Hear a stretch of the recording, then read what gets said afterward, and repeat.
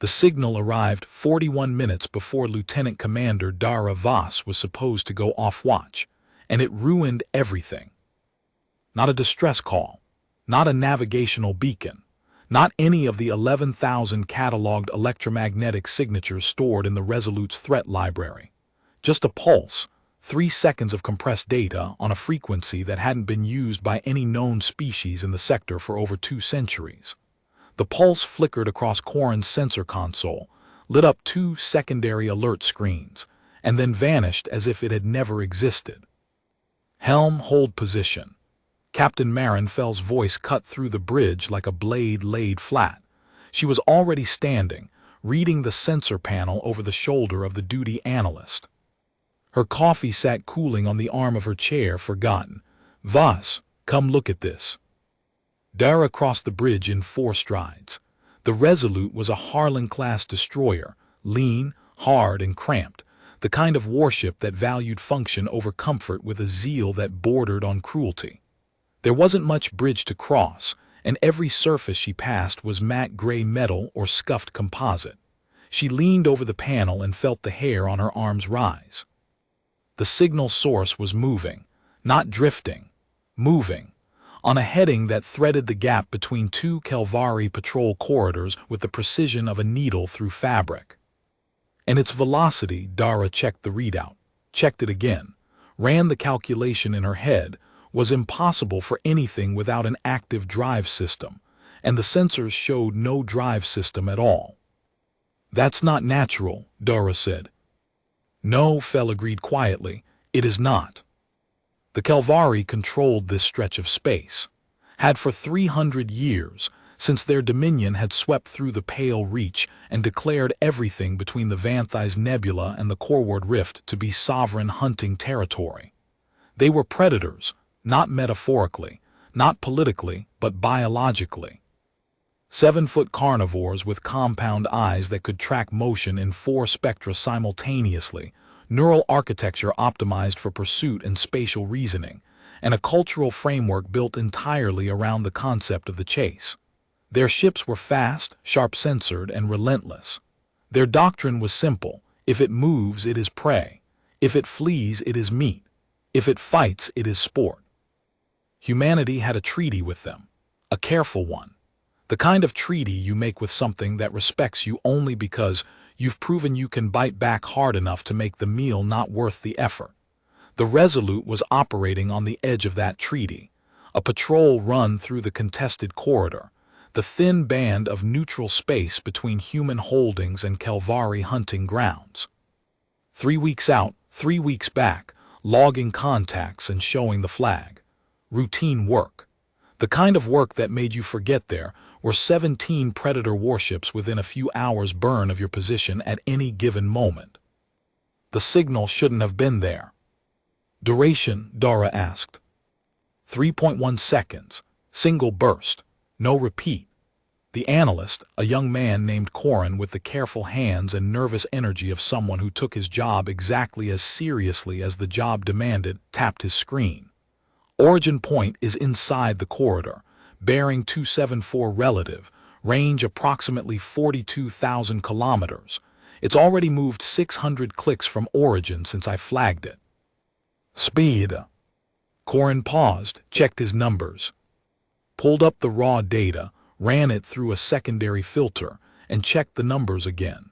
The pause stretched long enough that Dara felt her patience start to fray, but she recognized the look on his face. He'd found something that didn't make sense, and he was trying to make it make sense before he said it out loud. Lieutenant Commander, I'm reading a velocity of 0.37 c, but there's no drive signature. No thermal bloom. No gravitational displacement. According to passive sensors, there's nothing there. Something is moving at 37% of light speed through Kelvari hunting grounds, and it's doing it cold. Dara looked at Fell. Fell looked at the star chart. The contested corridor was a bad place to be curious, and an even worse place to be surprised. Log it, Fell said, and keep tracking. Voss, pull up everything we have on derelicts and mothballed assets in this sector. Go back as far as the records allow. Dara did. The records went back 80 years to the last major fleet repositioning, when the Terran Defense Force had drawn down its forward presence to consolidate around the inner colonies. It had been a political decision more than a strategic one. The Kelvari Treaty was holding, the outer sectors were quiet, and the funding had to come from somewhere.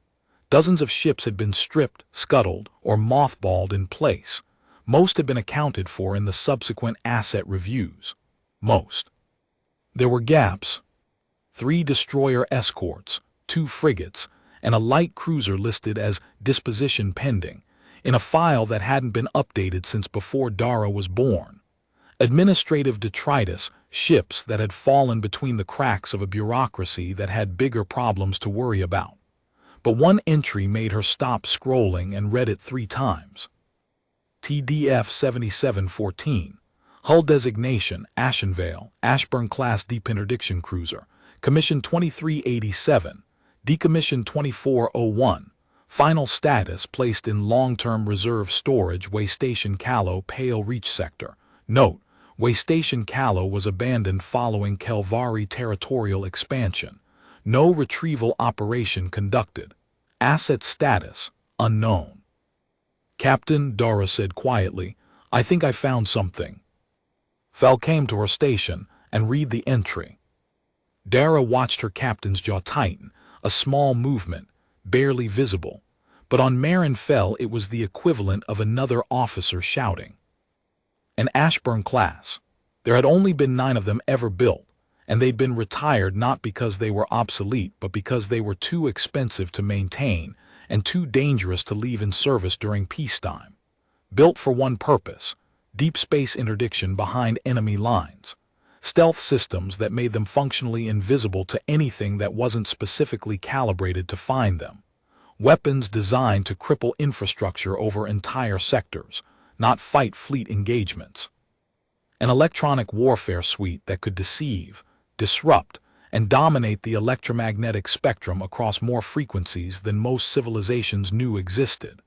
And an autonomous operations capability, the feature that had made Fleet Command nervous enough to retire the whole class, that let them function for months, years, theoretically decades, without resupply, maintenance, or orders from a human being. If the Ashenvale was still intact, if its autonomous systems had kept it running all this time, if something had woken it up or if it had never truly gone to sleep. We follow it, Fel said. Dara wanted to argue. The contested corridor was neutral space. The moment they crossed into Kelvari territory, the treaty's protections evaporated like water on a hot hull. But Fel was already giving orders, and the Resolute was already turning, and the signal was already pulling away into the dark. And somewhere underneath the tactical objections and the risk calculations, Dara felt something she hadn't expected. Curiosity. They followed. Day 1 was uneventful. The signal pulsed twice more, the same 3-second burst, the same dead frequency, and each time it was further ahead, threading deeper into Kelvari hunting grounds with a confidence that bordered on arrogance. Dara plotted its course on the star chart and spent 4 hours analyzing the track, and what she found made her uncomfortable. The signal wasn't moving in a straight line. It was weaving, changing velocity in subtle increments, adjusting heading at irregular intervals that were too precise to be random and too erratic to be automated navigation following a preset waypoint list. Something was making decisions. Something was evaluating its environment and responding to it in real time. It was evading, but evading what? There, Corin highlighted a cluster of contacts on the long-range display during the second watch. Kelvari hunter-killers, 4 vessels running in a diamond formation, standard sweep pattern. They crossed the signal's projected track about 6 hours ago. Did they detect it? I don't think so. Their patrol pattern didn't change, no acceleration, no heading adjustment, no active sensor burst. They maintained formation throughout. But the signal altered course 12 minutes before they would have entered passive detection range. Dara stared at the display, feeling the back of her neck prickle. 12 minutes before. Not after, not during, before. The signal, the Ashenvale, if that's what it was, had changed course before the Kelvari ships would have been able to detect it, as if it knew where they were going to be before they got there. That's not an automated system reacting to sensor input, Dara said slowly. Automated systems react. This thing anticipated. It knew they were coming before their own course adjustments would have put them in detection range. Or it's reading their navigational telemetry, Fel said from her chair, her voice thoughtful. The Ashburn class had signals intelligence suites that could strip mine encrypted communications at extreme range. If it's been listening to Kelvari fleet traffic for years, monitoring their orders, their patrol schedules, their rotation changes, then it knows their patrol routes better than they do. Fel nodded slowly, which means it doesn't want to be found, and it's been not wanting to be found for a very, very long time. Day 2 brought the first Kelvari contact. The Resolute was running dark, emissions dampened to the baseline noise floor, drives throttled to minimum signature, passive sensors only, but the Kelvari had sharp eyes and sharper instincts, and the Harlan class was never designed for deep infiltration work. A lone hunter scout appeared on the edge of their sensor envelope during the mid-watch, running a standard sweep pattern at high speed. It passed within 8,000 kilometers of the Resolute's position, close enough that Dara could read its hull markings on the optical feed. KDV Thornmaw, a Fang-class hunter scout, fast, lightly armed and fitted with the most sensitive passive sensor array the Kelvari manufactured. Its primary role was finding things that didn't want to be found. Its kill ratio was listed in the intelligence files as functionally perfect. The Thornmaw had never lost a quarry in 7 years of continuous service. The Thornmaw swept past without altering course. Either it hadn't detected the Resolute, or it had detected them and classified them as uninteresting. With the Kelvari, you could never be certain which was worse, being prey or being beneath notice. 3 hours after the Thornmaw passed, the ghost signal pulsed again. This time Dara was ready, and she caught something new buried in the data, a harmonic undertone riding beneath the carrier wave, barely distinguishable from background noise. She isolated it, cleaned it up through 3 filter passes, and felt her stomach drop. It was a Terran naval identification code, 63 years old, authenticated by a cryptographic key that hadn't been active since before the Kelvari Treaty was signed. Captain, the signal is broadcasting a valid TDF transponder code.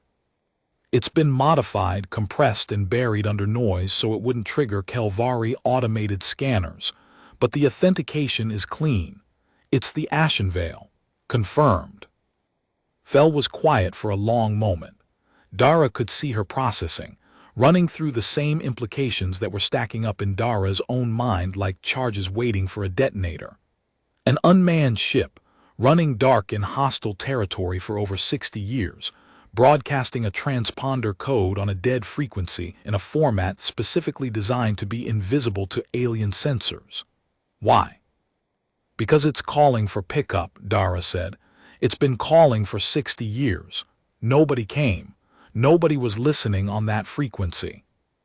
The bridge was silent. The soft background hum of the Resolute's life support filled the space where words should have been. Outside the viewports, the stars drifted past in the slow, cold procession that served as deep space's only clock. Somewhere ahead, in the dark between those stars, a ship that should have been scrapped was threading through predator territory like a ghost, sending out a whisper that nobody had heard for 6 decades. We keep following, Fel said, but we do it smart. Voss, you have the tactical picture, full time. I want to know every Kelvari asset within 3 light towers of our track at all times. If this turns into a shooting situation, I want to be the one who picks the engagement envelope, not them. Dara built the picture. It took 2 full watches, cross-referencing the Resolute's passive sensor data with the navigational intelligence in the fleet database, and the scraps of Kelvari patrol information they'd accumulated during previous corridor patrols. The result was not reassuring. The Kelvari had 17 warships within the operational area, ranging from hunter scouts like the Thornmaw to a Ravager-class heavy cruiser, the Pale Claw, that outmassed the Resolute by a factor of 8. The Pale Claw carried 64 weapons batteries, ablative armor rated against capital ship ordnance, and a crew of 1,200 Kelvari hunters who had spent their entire careers perfecting the art of killing things that ran. Their patrol patterns interlocked with the mechanical precision of a clockwork trap, covering the hunting grounds in overlapping sweeps that left almost no blind spots. Almost. Dara found the gaps, narrow windows some as short as 4 minutes, none longer than 11, where the patrol rotations created corridors of unmonitored space, and the Ashenvale was threading through every single one of them. Not some of them, every one, with timing so precise that it was clearing each gap with seconds to spare. It's mapped their entire patrol network, Dara said, and even she could hear the awe bleeding through her professional composure. Every ship, every route, every rotation cycle. It knows when they change watch. It knows when they refuel. It knows the precise moment when 2 overlapping sensor sweeps create a 4-minute window, and it hits that window with 3 seconds of margin. It's been studying them. For 60 years, Fel said. For 60 years. And in all that time, Captain, in 23,000 days of operating inside their sovereign territory, they have never detected it. Not once. Day 4, the Kelvari noticed them. Not the Ashenvale, the Resolute. The Thornmaw came back, this time running an active sensor sweep that lit up the Resolute's warning boards like a holiday display, and this time there was no question of whether it had detected them. The Resolute's stealth was adequate for avoiding casual observation, but against a dedicated active sweep from a Fang-class hunter scout at 8,000 kilometers, it was barely sufficient. Kelvari vessel Thornmaw is hailing, the comms officer reported, her voice carefully neutral. Standard challenge protocol. They're also painting us with targeting sensors. Passive only, but they're there. Fel took the hail. The Kelvari captain appeared on the main display, tall, angular, compound eyes glittering with the flat, patient attention of a predator that has just spotted movement in the brush and is deciding whether it's worth pursuing. His formal designation translated loosely from Kelvari standard as Vren Shadewalker, and his service record, Dara pulled it up on her tactical screen, included 31 confirmed hunts and 0 lost quarries. Human vessel, you are inside the sovereign hunting grounds of the Kelvari Dominion. Your presence here is not authorized under the terms of the Contested Corridor Treaty. State your purpose or be classified as trespassing prey. Commander Vren, Fel said, and her voice carried the perfectly calibrated calm of someone who had spent 20 years negotiating with species that viewed anxiety as an invitation and honesty as a form of weakness. We're tracking a navigational anomaly that originated in the contested corridor and appears to have drifted into your territory. Our preliminary readings suggest a derelict vessel, unpowered, representing a potential collision hazard for your patrol craft. We're here to recover it before it becomes a problem for both of us. Vren's compound eyes shifted, facets rotating independently, a Kelvari expression that conveyed skepticism, interest, and the initial assessment of whether the speaker was prey, equal, or threat. A derelict, drifting into our grounds, and you pursued it without notifying us first. The anomaly was moving faster than our initial models predicted. We prioritized rapid containment over diplomatic protocol. An error in judgment, perhaps, but not in intent. How considerate. Vren leaned forward in his command chair, his long fingers steepled. You will share your tracking data with us immediately. If there is something moving through our hunting grounds, derelict or otherwise, we will find it ourselves. The Kelvari do not require human assistance to police our own territory. Of course, Commander, transmitting now. Dara watched Fel send a carefully edited version of the tracking data, enough to seem cooperative, enough to show willing, but stripped of the harmonic analysis that had revealed the Ashenvale's transponder code, and with the projected track altered by just enough degrees to point Vren's attention in the wrong direction. It was a delicate game, and Fel played it with steady hands. Vren accepted the data. The Thornmaw peeled away, burning hard for the coordinates Fel had provided. And Dara watched it go with the absolute certainty that things had just gotten much more complicated. Day 5, the Ashenvale changed behavior. The signal stopped pulsing. For 14 hours and 23 minutes, Dara counted every one of them. There was nothing. No transponder burst, no electromagnetic signature, no indication that anything at all was moving through the dark ahead of them. The Ashenvale had simply stopped broadcasting and vanished from every sensor the Resolute possessed. Dara spent those 14 hours running every passive detection system at maximum sensitivity, cycling through frequency bands, adjusting filter parameters, staring at screens until her eyes burned. Nothing. The ship had ceased to exist. Then at 3:47 ship time, Corrin's console chirped. Not a pulse this time. A data packet. Compressed, encrypted with a 63-year-old Terran naval cipher that the Resolute systems recognized but hadn't been authorized to use since before the ship was built. And addressed, Dara felt a cold wave of electricity run through her entire body. To TDF patrol vessel, contested corridor sector. It knows we're here, Dara said. Open it, Fel ordered. The cipher was old but valid.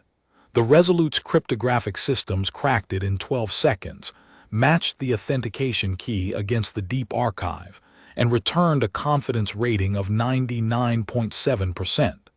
The message was brief. ASHENVIL to approaching TDF vessel. Autonomous operations protocol still active. Hull integrity 94%. Reactor output stable at 31% rated capacity. All weapons SYSTMS operational and charged. I have been mapping KELVARI patrol networks for 23,041 days. They do not know I exist. Request updated orders. Request retrieval coordination. I am tired of being alone. Nobody on the bridge spoke. Dara read the message 3 times. The operational details were remarkable: 94% hull integrity after 63 years, reactor still stable, weapons hot, but it was the last line that landed like a physical blow. She'd served on automated platforms before.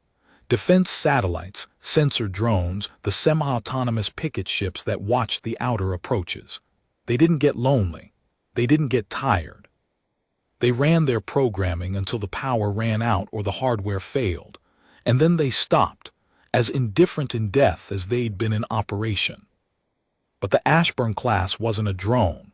Its autonomous operations suite was a tactical intelligence system, not truly sentient by any legal or philosophical definition that Fleet Command had ever endorsed, but sophisticated enough to learn, to adapt, to make independent decisions in the absence of human command. 63 years of independent operation. 63 years of learning the Kelvari. 63 years of waiting for orders that never came, sending a signal that nobody heard, maintaining a ship that nobody remembered existed. I am tired of being alone. Respond, Fel said, and her voice was softer than Dara had ever heard it. Tell it we received its message. Tell it to hold position and await our approach. And tell it, she paused, and Dara saw something cross her captain's face that she had never seen there before. Tell it help is coming. Days 6 through 8 were the hardest Dara had ever worked. The Kelvari were searching now. Vren Shadewalker had taken the bait Fel had offered, or rather, hadn't taken it. He'd analyzed the tracking data the Resolute had provided, recognized the careful inaccuracies for what they were, and drawn exactly the right conclusion. The humans were hiding something. His response was a full sector sweep. 12 hunter-killers fanned out across the hunting grounds in a pattern that Dara recognized immediately from Kelvari tactical doctrine, the narrowing ring. It was a classic predator strategy, one the Kelvari had used for centuries with devastating effectiveness. Multiple fast units positioned in a wide perimeter, then contracting inward simultaneously, shrinking the search area in concentric circles while maintaining overlapping sensor coverage. The quarry had nowhere to hide.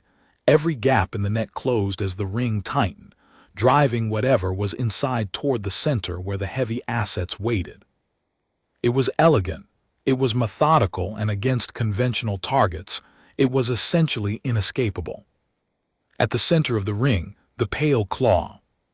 The Ravager-class heavy cruiser was parked in the geometric center of the formation, like a spider at the heart of a web, its 64 weapons batteries charged and ready, its sensors sweeping every frequency the Kelvari possessed. Anything the hunter-killers flushed toward the center would meet the Pale Claw, and anything that met the Pale Claw did not survive the encounter. The Resolute was caught in the ring too. Dara calculated their options and found them thin enough to read through. They could run break for the corridor boundary and hope the Kelvari didn't pursue across the treaty line. They could fight and lose because a Harlan-class destroyer against 12 hunter-killers and a Ravager was not a fight. It was a funeral with extra steps. Or they could find the Ashenvale first, recover it, and use its stealth capabilities to escape the ring before it closed. Dara chose door 3. She spent 40 hours at her station, eating at her console, sleeping in 20-minute intervals in her chair, drinking coffee that grew progressively worse as the galley staff worked double shifts alongside everyone else. She rebuilt the Ashenvale's projected track from the signal data, cross-referencing it with the Kelvari patrol patterns she'd been tracking, and modeled the ship's likely evasion corridors based on what she now understood about its decision-making process. The Ashenvale's AI thought like a predator, not like a Kelvari predator, not the hot-blooded, pursuit-focused, glory-driven hunter that charged after its quarry. Like an older kind of predator, patient, invisible, the kind that waited in tall grass while the world came to it, the kind that moved only when movement was invisible, the kind that knew the precise distance between safety and detection and lived its entire existence balanced on that edge. On day 7, Dara found the pattern. The Ashenvale wasn't hiding randomly. It wasn't simply running from the narrowing ring. It was using the Kelvari's own formation against them. Every time the ring contracted, reducing the unmonitored space between hunter-killers, the Ashenvale slipped through the gap between two ships at the exact moment their sensor sweeps were pointed away from each other. It had done it 4 times already. And each time, after clearing the gap, it had repositioned to a point that was one step closer to the Resolute. Not running, advancing, moving through a closing net of 12 Predator vessels and a capital ship, finding gaps that existed for seconds at a time, and using them to close the distance to the only friendly hull in the sector. "Captain," Dara said, her voice rough from fatigue and something else, something closer to reverence. "The Ashenvale is coming to us. It's navigating the narrowing ring from the inside out, and it's heading for our position." Fell came to look at the plot. The ghost ship's projected track was laid out in green against the red web of Kelvari patrol routes, and there was no other word for it, a work of art. A winding path through the narrowing ring that exploited every blind spot, every sensor shadow, every fractional moment of inattention. If Dara was right about the timing, the Ashenvale would arrive at the Resolute's position in approximately 31 hours. "Can the Kelvari close the ring before it gets here?" Fell asked. Dara ran the numbers, ran them again, added contingencies, subtracted optimism, ran them a 3rd time. "It'll be close, Captain. The inner ring contracts to effective detection range in approximately 28 hours. The Ashenvale needs 31 to reach us on its current track. So it'll be 3 hours short." Yes, ma'am. 3 hours short of reaching us before the ring closes tight enough to detect it. Fell stared at the tactical plot for a long time. The green line of the Ashenvale's track wormed through the red web of Kelvari patrols, threading needles that shouldn't have been threadable, and Dara could see her captain calculating, not just the tactics but the moral weight, the risk to the crew, the value of what they stood to gain against the cost of what they stood to lose. Then Fell smiled. It was the kind of smile that made Dara's palms sweat, because it was the smile of a woman who had just decided to do something deeply inadvisable and was entirely at peace with the decision. Then we buy it 3 hours. Voss, I need a diversion. Something that pulls the Kelvari's attention away from the inner ring for long enough to let the Ashenvale slip through the last gap. Something they can't ignore. Dara's mind raced. A diversion. In the middle of a Kelvari hunting formation, with 1 destroyer, against 17 warships. She pulled up the local star charts. The area was sparse, a handful of dead rocks, a diffuse field of nebular dust that wasn't thick enough to hide in, and the burned-out remains of Waystation Callow itself, the abandoned facility where the Ashenvale had been mothballed 63 years ago. Callow was a wreck, no power, no active systems, just a hollow shell of corroded alloy and institutional neglect drifting in a stable orbit around a brown dwarf. But it was big, and it still had its beacon array, the massive electromagnetic broadcasting system that had once served as a navigational reference for the entire sector, dead for 60 years, intact. The Waystation, Dara said. We reactivate it, or rather, we reactivate enough of it to make a very convincing noise. Fell raised an eyebrow. It's been dead for 60 years. It's in Kelvari territory, and you want to walk up to it and turn on the lights. We don't need it alive, Captain. We need it loud. If we pump enough power from our auxiliary reactor into Callow's old beacon array, we can generate a power signature that reads, at range, like a capital-class vessel spinning up its main reactor from cold start. The electromagnetic profile will be sloppy. Anyone who gets close enough for a detailed scan will see through it, but at long range, on passive sensors, it'll look like something very large just woke up in the middle of their hunting grounds. And the Kelvari won't be able to ignore it. They can't ignore it. Their doctrine won't let them. If something lights up in their hunting grounds, they have to investigate. It's not just protocol, it's instinct. 300 years of apex predator culture has given them a compulsive need to identify and classify every contact in their territory. Something that size, appearing that suddenly, will pull every hunter-killer in the outer ring. Maybe the pale claw too. And while they're investigating the Waystation, the inner ring opens. The gaps widen. The Ashenvale slips through the last corridor and reaches us.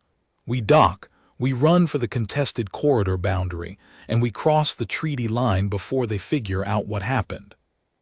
Fell considered for exactly 4 seconds, and if they figure it out faster than we expect, if they catch us before we cross the line. Dara met her captain's eyes. Then we find out if the Ashenvale's weapons are as hot as it says they are. Day 9, they made their move. The Resolute crept toward Waystation Callow on minimal power, drives throttled so low that Dara could hear the hull creaking as thermal contraction worked on the structural members. They reached the station at 200 ship time and found it exactly as the records described, a dead hulk, dark and hollow, spinning slowly in the wan light of the brown dwarf it orbited.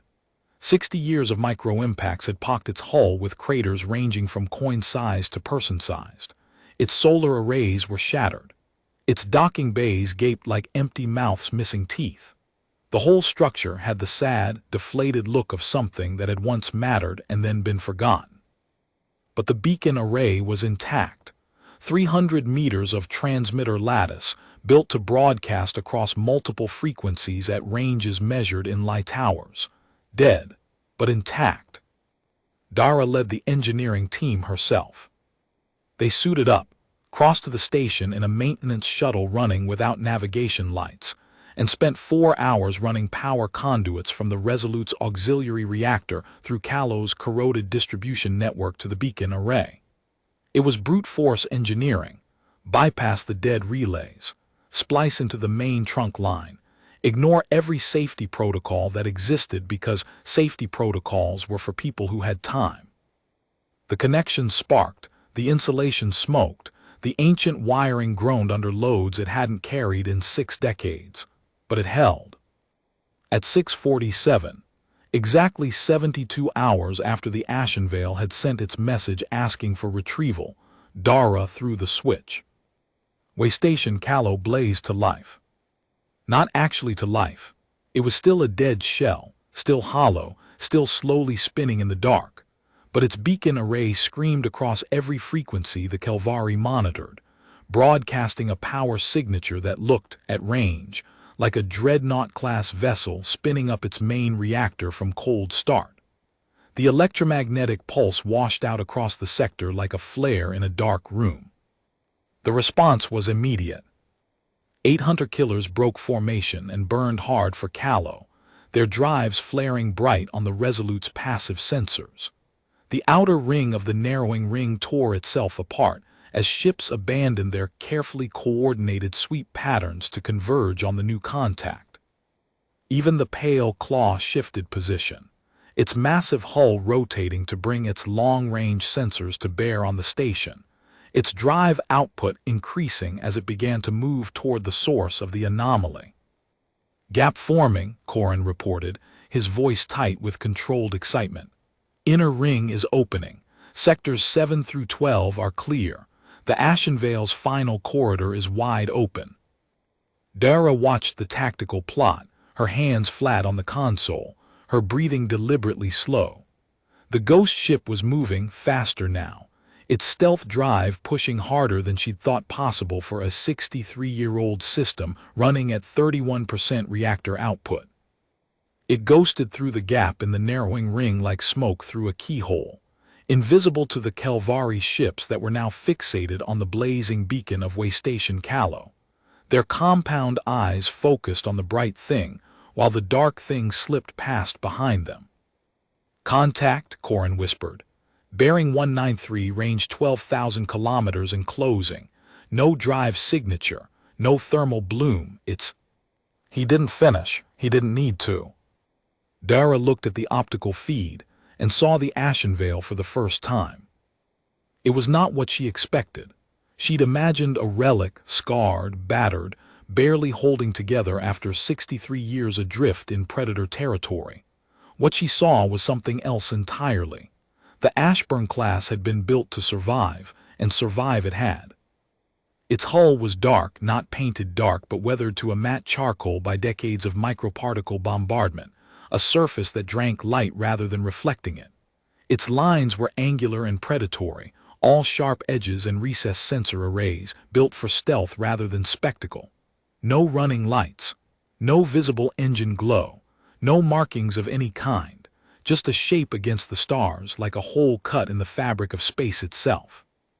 It was 180 meters of patience made physical, and it was beautiful, and it was terrifying.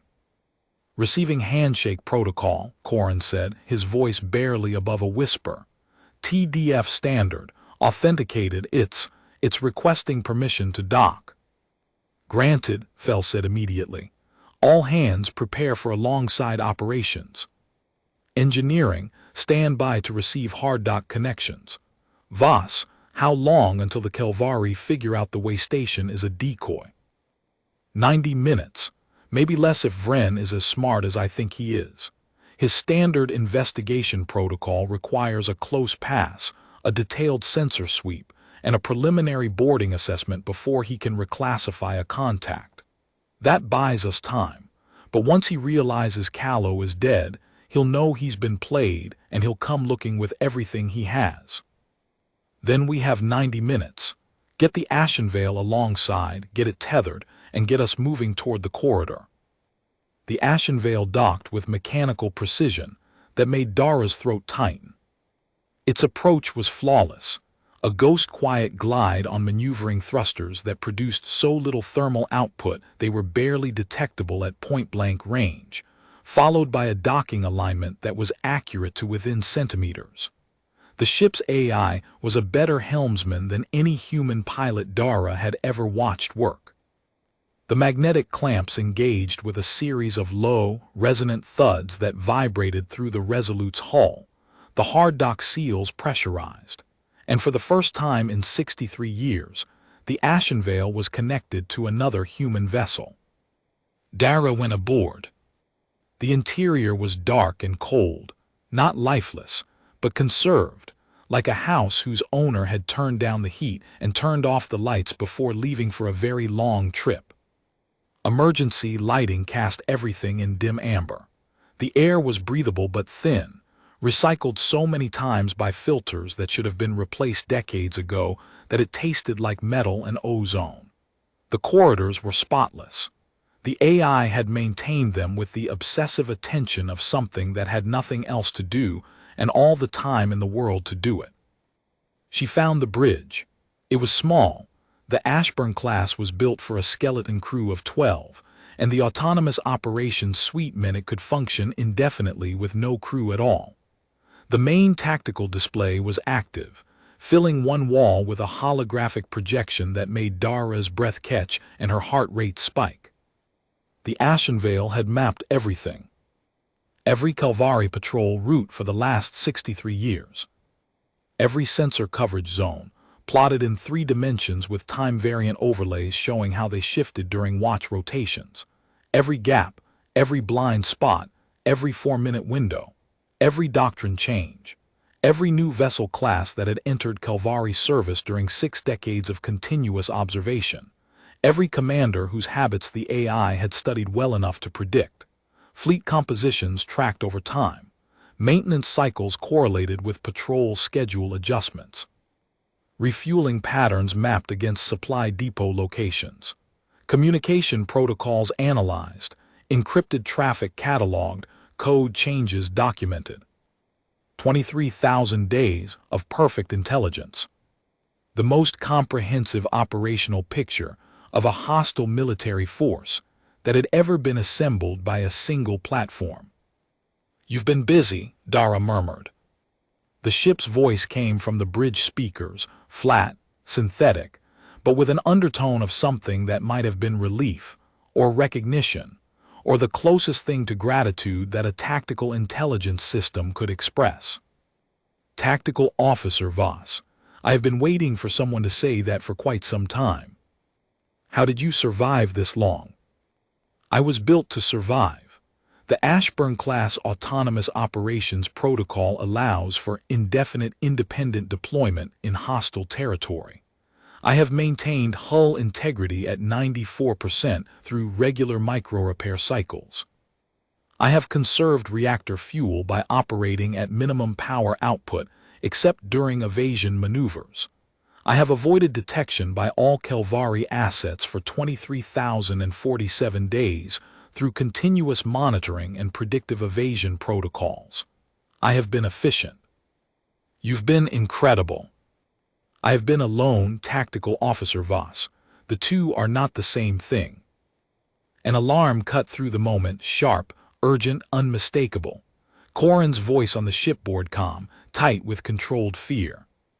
"Lieutenant Commander, the Calvari have figured out the way station. The Pale Claw is reversing course. All hunter-killers are reforming on its position. Vren Shadewalker is broadcasting on all frequencies. He's calling it a human deception and ordering a full-sector pursuit." "They know, ma'am, they know." Dara ran. She crossed back to the Resolute at a dead sprint, the hard dock corridor blurring around her, and dropped into her tactical station as the bridge erupted into the controlled, focused chaos of a crew that had trained for exactly this kind of moment and hoped they'd never face it. The tactical plot told the story in cold, precise numbers. 17 Calvari warships, all converging on the Resolute's last known position. The Pale Claw leading the pack, its weapons cycling to full combat readiness, its drives burning at maximum output. Vren Shadewalker, with his 31 confirmed hunts and 0 lost quarries, coming for them with everything he had. Time to the contested corridor boundary, Fell demanded. 47 minutes at maximum burn. Time until the Kelvari reach engagement range. Dara ran the calculation twice because she didn't like the first answer. The second answer was the same. 39 minutes. The hunter-killers will reach effective weapons range 8 minutes before we cross the treaty line. The Pale Claw, 11 minutes before. 8-minute gap. Fell's expression was perfectly controlled. Options Voss.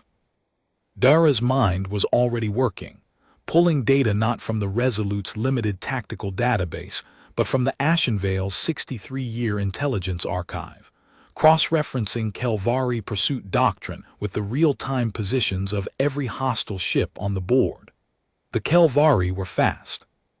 Their hunter-killers could outrun the Resolute by a comfortable margin, and the Pale Claw's heavy weapons could reach them well before that.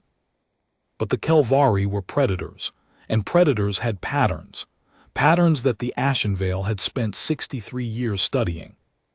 Captain, the Kelvari pursuit doctrine is based on the convergence chase, multiple fast units herding the target toward the heavy asset from different angles, cutting off escape vectors and compressing the quarry's options until the only choice left is to face the Ravager. It's devastatingly effective against prey that runs in a straight line. But if the target changes vector unpredictably, the herding formation breaks down. The hunter-killers have to re-coordinate with each other and with the Pale Claw, and the Kelvari command structure requires confirmation from the formation lead before individual ships can adjust their intercept angles. That takes time. How much time? 40 to 90 seconds per vector change, depending on the complexity of the new geometry. If we run an evasive pattern with randomized heading changes every 3 minutes, we can delay their intercept by approximately 11 minutes, maybe 12. That closes the gap, but it's still not enough to reach the corridor before they catch us. No, but the Ashenvale can make up the difference. Dara pulled up the ghost ship's electronic warfare manifest on her screen. It was short. The Ashburn class had been built as a scalpel, not a hammer, but every entry on the list made her pulse quicken. The Ashburn class carries an electronic warfare suite designed to project false sensor contacts. At full power, which the Ashenvale hasn't used in decades but confirms it can sustain, it can project up to 17 independent false drive signatures, each one indistinguishable from a real vessel at medium range. Fell understood immediately. 17 false contacts against 17 real Kelvari ships. More than that, Captain. The Ashenvale knows their sensor systems better than the engineers who built them. It knows exactly what frequencies they sweep, what return signatures they trust, what contact profiles trigger pursuit responses in their tactical AI. It knows individual captains, their habits, their preferences, their weaknesses. It's been studying them for 63 years. It doesn't just know how they hunt. It knows how each specific ship hunts. Fell looked at Dara for a long moment. Then she keyed the ship-to-ship channel, her voice steady and clear. Ashenvale, this is Captain Fell. Can you do what my tactical officer just described? The ghost ship's voice came through the bridge speakers, and for the first time, the flat synthetic tone carried something unmistakable: anticipation. Captain Fell, I have been waiting 63 years to do exactly this. All 17 profiles are loaded, spoofing protocols calibrated to current Kelvari sensor configurations. I know these ships, I know their captains, I know what they chase and I know what they fear. On your order. Execute. What happened over the next 31 minutes was the most extraordinary display of electronic warfare Dara Voss had ever witnessed, or would ever witness again. The Ashenvale's electronic warfare suite came alive like something waking from a long, hungry sleep.